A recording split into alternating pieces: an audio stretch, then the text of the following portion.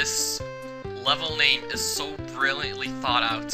It's probably gonna be full of grinders and other sort of things. Yup, chopping mall. Grinder saws. I'm going to make you compact. I'll take no time at all. It'll take no time at all.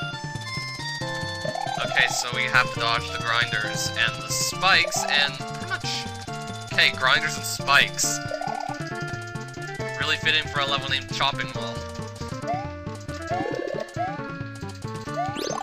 With a nice, bright green background.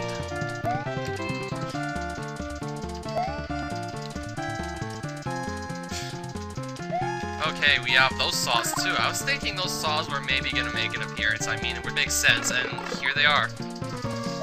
Well, I just got hit once. And twice.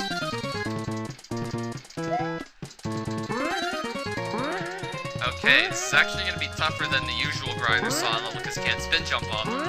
And this level's gonna be full of grinder saws. It's the chopping mall. Alright then, midpoint. We better take it. Oh, layer 2.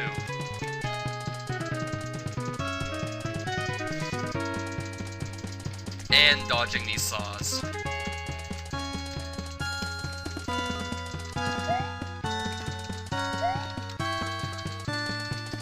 feel like there's gonna be a lot going on in this level. Somehow.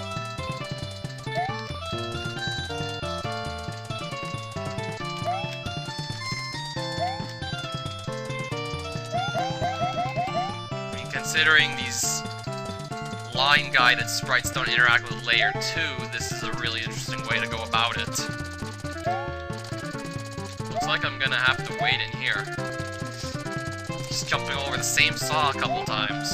Well, more than a couple times, I think. And then, boss fight.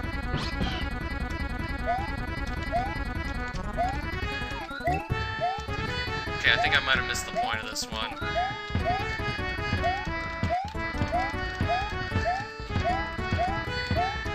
Can I reset the room? Of course I can reset the room. I think I want the bomb to up there or something.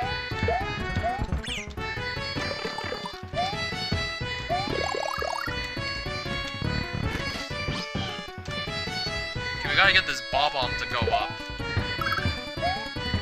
I think we gotta get this bomb to explode on the topmost cloud, so we can...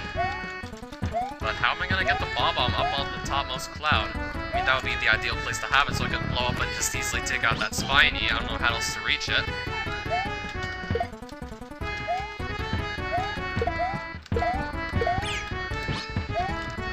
I just come up short. I don't know what to do here. Wait a minute.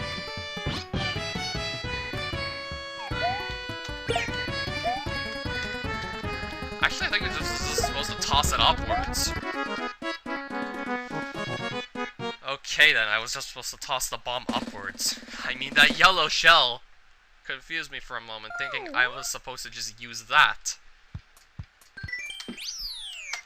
There's nowhere else to go. It just stops here. Now, did I ever find that cape?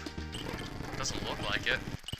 I don't think I ever found that cape. So I really don't think I can go here yet. I'm not even sure what would be here anyway.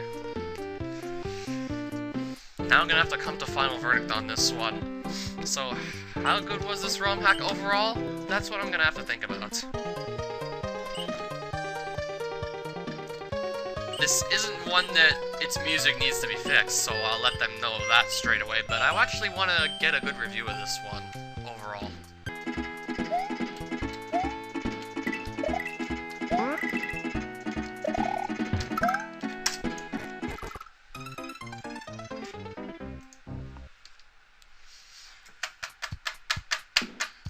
Hello, computer? Hello? Okay, is it working? Okay, I think we got this. We're gonna resume from where I made the screen go black and screwed everything up. Now we're back on our feet here.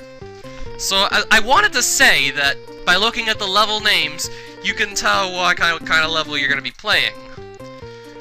I mean, considering Sokobansolver usually makes Kaizo hacks, it's not too surprising to see some of the more unconventional and experimental design in this non-Kaizo hack of his.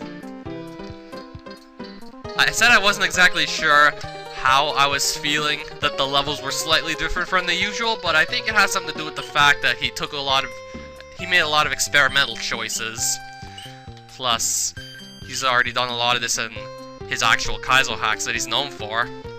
I mean, in this level, you lose all your power-ups in one part, and you just have to swim left away from the Eries. That's not something I was expecting. That's not something that I usually see in a level. This was definitely harder than the original Super Mario World, but easier than some of the harder hacks I've played. I mean, you had some pretty enormous jumps to make in a few of the levels. Like this one. Plus, here I actually had to be careful but wasn't with all the bats coming from the top of the screen.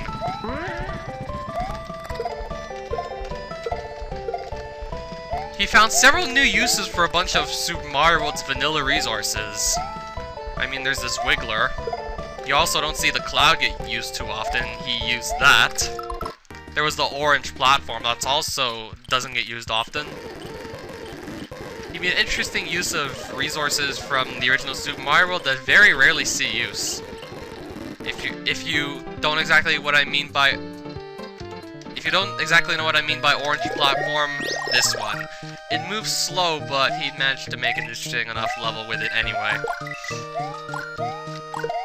I think I might have only seen 3 levels make use of this in all the hacks I've ever played. Might have only played through 3 levels that used this.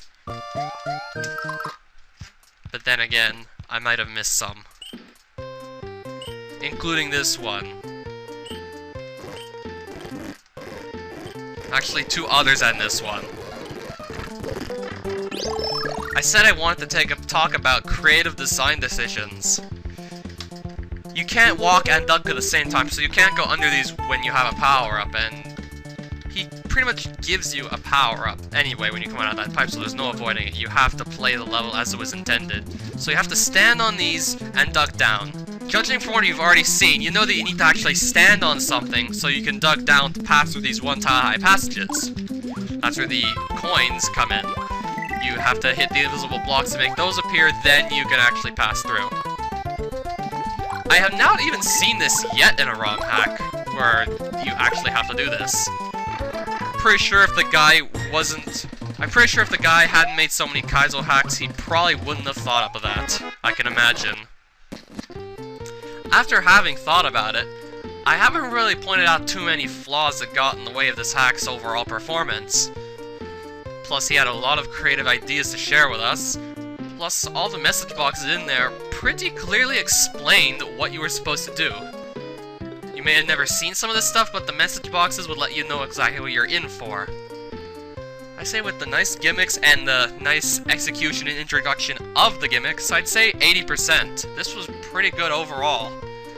Just goes to show you that level design can beat out custom graphics and music, and, well, it's had custom music. Really didn't use that. I think it used mostly vanilla graphics. Custom music, that's definitely a thing it used, but I've seen hacks use all kinds of chocolate resources, yet I found them not as good as this one. I guess I'm a sucker for level design after all.